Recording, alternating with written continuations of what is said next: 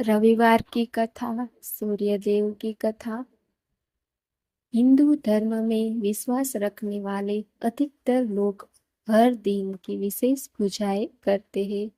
कई लोग रविवार को छुट्टी का दिन मानते हैं, लेकिन इस दिन कई लोग पूजा अर्चना और व्रत रख अपना दिन काटते हैं।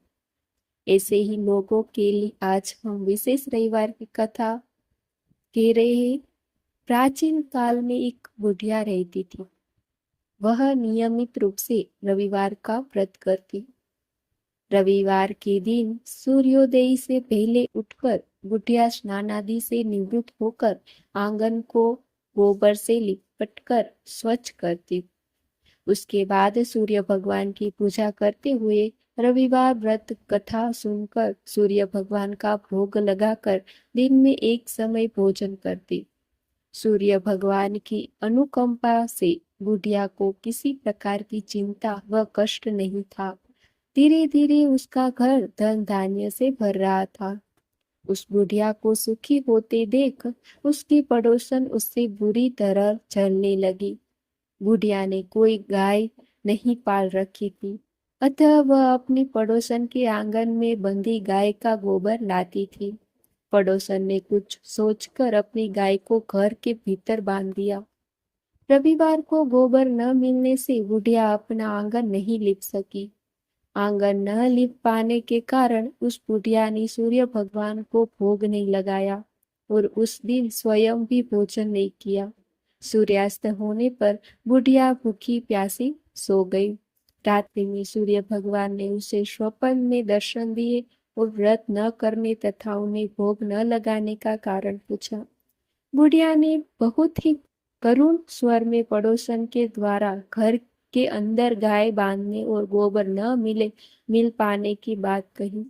सूर्य भगवान ने अपनी अनंत भक्त बुढ़िया की परेशानी का कारण जानकर उसके सब दुख दूर करते हुए कहा, जी माता, तुम प्रत्येक रविवार को मेरी पूजा और व्रत करती हो। मैं तुमसे अति प्रसन्न हूँ और तुम्हें ऐसी गाय प्रदान करता हूँ जो तुम्हारे घर आंगन को धन धान्य से भर देगी। तुम्हारी सभी मनोकामनाएं पूरी होगी। रविवार का व्रत करने वालों की मैं सभी इच्छाएं पूरी करता हूँ। मेरा व्रत करने व कथा सुनने से 5 स्त्रियों को पुत्र की प्राप्ति होती है। स्वप्न में उस बुढ़िया को ऐसा वरदान देकर सूर्य भगवान अंतर्ध्यान हो गए। प्रातः काल सूर्योदय से पूर्व उस बुढ़िया की आंख खुली तो वह अपने घर के आंगन में सुंदर गाय और बछड़े को देखकर हैरान हो गई। गाय को आंगन में बांधकर उसने जल्दी से उसे चारा लाकर खिलाया। पड़ोसन ने उस बुढ़िया के आंगन में बंधी सुंदर गाय और बछड़े को देखा तो वह उससे और अधिक जलने लगी। तबे गाय ने सोने का गोबर किया। गोबर को देखते ही पड़ोसन की आंखें फट गई। पड़ोसन ने उस बुढ़िया को आसपास न पाकर तुरंत उस गोबर को उठाया और अपने घर ले गई तथा अपनी गाय का गोबर वहां रख आई। सोने के गोबर से पड़ोसन कुछ ही दिनों में धनवान हो गई। गाय प्रतिदिन सूर्योदय से पूर्व सोने का गोबर किया करती थी और बुढ़िया से उठने के पहले पड़ोसन उस गोबर को उठाकर ले जाती थी। बहुत दिनों तक बुढ़िया को सोने के गोबर के बारे में कुछ पता नहीं चला।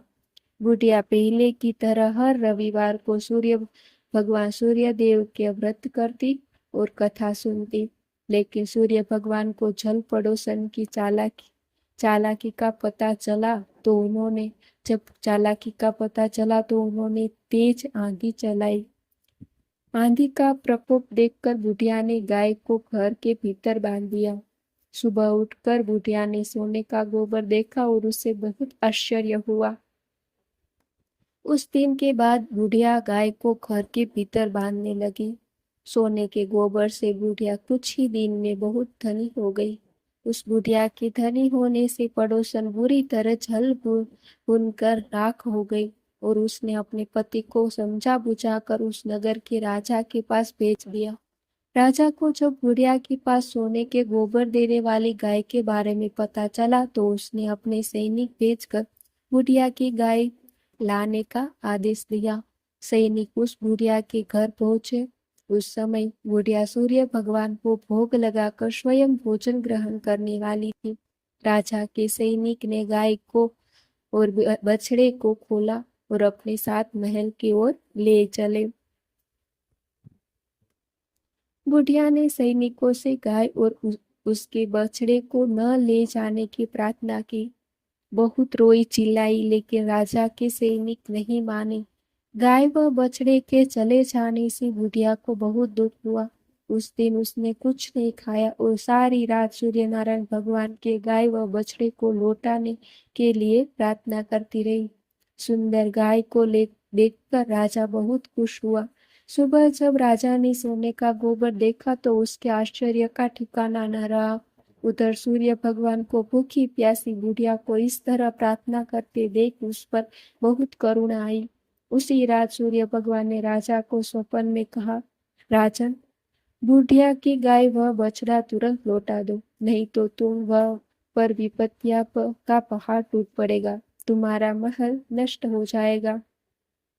सूर्य भगवान के स्वप्न में से बुरी तरह भयभीत राजा ने प्रातः उठते ही गाय और बछड़ा बुढ़िया को लौटा दिया। राजा ने बहुत सा धन देखकर बुढ़िया से अपनी गलती के लिए क्षमा मांगी। राजा ने पड़ोसन और उसके पति को उनकी इस दुष्टता के लिए दंड किया। फिर राजा ने पूरे राज्य में घोषणा करा दी कि सभी स्त्री पुरुष रविवार का व्रत किया करे। रविवार का व्रत करने से सभी लोगों के घर में धन धान्य से भर गए। चारों ओर खुशहाली छा गई। सभी लोगों के शारीरिक कष्ट दूर हो गए। राज्य में सभी स्त्री पुरुष सुखी जीवन पायन करने लगे।